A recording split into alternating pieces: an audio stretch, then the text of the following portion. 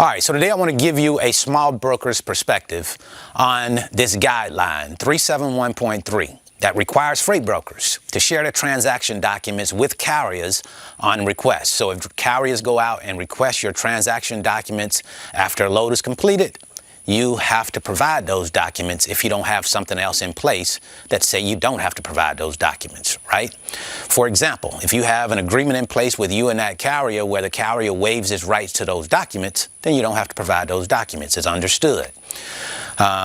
With me, I've never had a driver, big or small trucking company, request those documents. I've never had that happen. So now, with this new rulemaking initiated around this 371.3, it seems as if they are thinking of putting guidelines around this rule and making it mandatory that freight brokers provide these documents. Personally, I think it's bad, bad, bad, all the way around for small truck drivers and for small freight brokers. This, to me, will be struggling businesses fighting against struggling businesses, right? I don't think it's going to change much at all for bigger brokerages. The big brokerages is not going to change much, right? Because those brokerages have more freight. So if you know right now that you've been shafted, if you know right now that you're being mishandled, or at least you perceive that, right? Because that's what I think a lot of this is. This is a small trucker's grievance with big brokerages. And what end up happening is, based off of your perception, you thinking you're getting less than you should. Now, that's just what you perceive to be the case. That doesn't necessarily mean it's that way, because you have truck drivers that are saying that freight brokers are getting 65% on a load. And here is what is hard for me to understand. If the truck driver is getting 35% and a broker is getting 65%, why would the truck driver agree to that amount, right? Is the 35% enough money for you to be profitable in that load? Is that why you're moving it? Or are you moving it because of scarcity of loads? There aren't any other loads to move, so you just have to go ahead and settle for that load. If that's the case, then you might be in the wrong business, right? You might be in the wrong business if loads are so scarce that in order for you to get a load, you have to give up profit. You can't make profit in loads. You have to move loads without profit. And to me, if you're in that type of situation, then you have to make a decision to exit that business, because over time, however long you decide that you are going to give it, you've decided this is not a business that I can make sufficient profit in. Not that you go in and try to change the rules in the business, because most times it does not work. Anytime you start inviting regulation into a business, to me, that just invites more regulation, right? And who has to suffer when it comes to regulation is small trucking companies, small freight brokerages, right? The bigger trucking companies, the bigger freight brokerages, they'll find their way around this, just like they do everything else. But it'll leave you and I as smaller companies to have to fight. We're fighting over the fact that you want to see the transaction documents, right? And how I look at that is that as a small freight broker who's already operating on smaller margins, because this 65% idea, this 50% idea, small freight brokerages are not making those type of margins. If you do make a large margin, 40%, for example, that's coming every now and again in special certain situations, right? That's not something that happens every day. And again, what you have to ask yourself, to me, is it enough money in it for you to make a profit? As long as you're making profit, to me, it doesn't matter what another person is being paid. I don't need to see the transaction documents. I need to know what I am going to charge you to get this load moved as a truck driver. That's it. And we have to negotiate on that. But I'm not going to continue to move loads at a loss, because I know that's not in the best interest of myself and a business. We have to make profit in order to survive.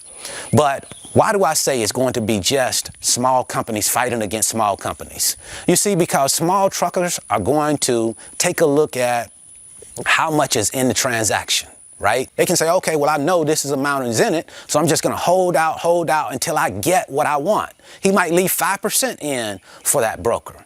So that's not going to be a good look for small freight brokerages. It's just going to be infighting between small companies. You're not going to do that with the bigger freight brokerages. If you know right now that that freight brokerage is making 50%, at least you perceive that in your mind. Your perception is he's getting more than he should. I would submit to you that if you got the documents, you might find out that he's making less than what you thought he was making. But because you perceive it to be a certain way, that's your truth. That's what's true to you in your own mind, right? But let's just say he is making 50%. The larger freight brokerages, let's say they are making 50%. Right now, you feel like you're getting shafted. Right now, you feel like you're being mishandled, and you are still moving those loads. Nothing is going to change that. When you get to see what the transactions are saying, when you see those documents and see what the freight broker is making, that's not going to say, oh, okay, now because I know he's making 50%, I'm not going to move the load. Because the next load that you look at could be that same freight broker. Because it's a big freight broker, he has more of the freight. It's not going to change a whole lot when it comes down to the bigger brokerages. If they're making 50% now, they're going to be making 50% when you see the documents, because they have control of a lot of freight. So that's how it's going to work. I think what it boils down to is, as a carrier, I have to look at this business. I have to examine it. I have to do some trial and error. And if I find out that it's not a business that I can make a sufficient profit in, I have to exit. You know, all of us should have an exit plan. Right? We should all have an exit plan for whatever business that we come into. But to go in and start trying to put more and more regulation into the trucking industry, to me, is a mistake for smaller businesses, because it's us that have to negotiate these obstacles, this additional regulation. Yes, bigger companies have to do it too, but they have more resources. They're better capable of moving through these type of obstacles than the smaller trucking companies are. So not going to do a lot at all for small trucking companies as it, concerns bigger companies. When you start talking about the bigger companies, the bigger freight brokerages, this is not going to give you an advantage because you know that he has X amount of dollars in it. I don't believe. I think that if you're getting 40% now, you're going to get 40% when you know what those numbers are. Because in your mind, you're saying you know it right now. You perceive that that freight broker is getting more than he should, but you still are moving those loads. So what's it really going to change?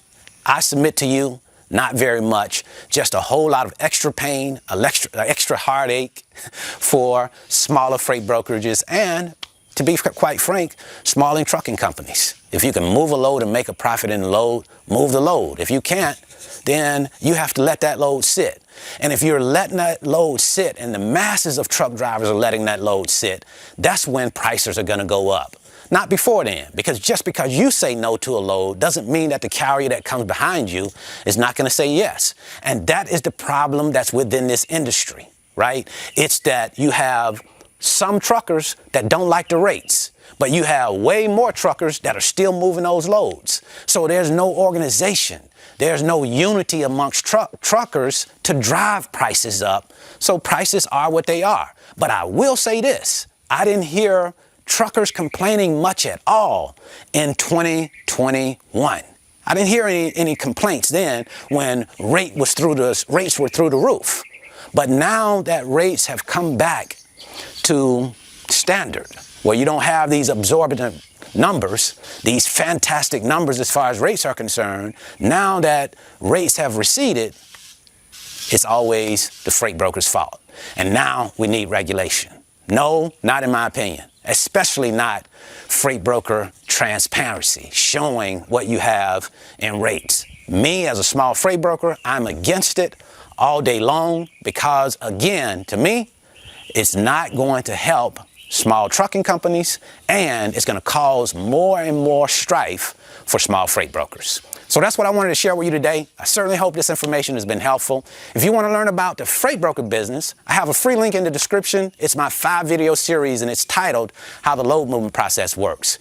Gives you a chance to come into the office with me, and you can watch me as I move loads, talk to shippers and carriers to give you a better understanding of how this business works before you come into it. And also, if you want to learn how we go out and get those rates, I'll leave you a free video right here showing you how we use a load board. So until the next time, I wish you the very best in your life and business. See you all the way at the top of the mountain, because the bottom is much too crowded.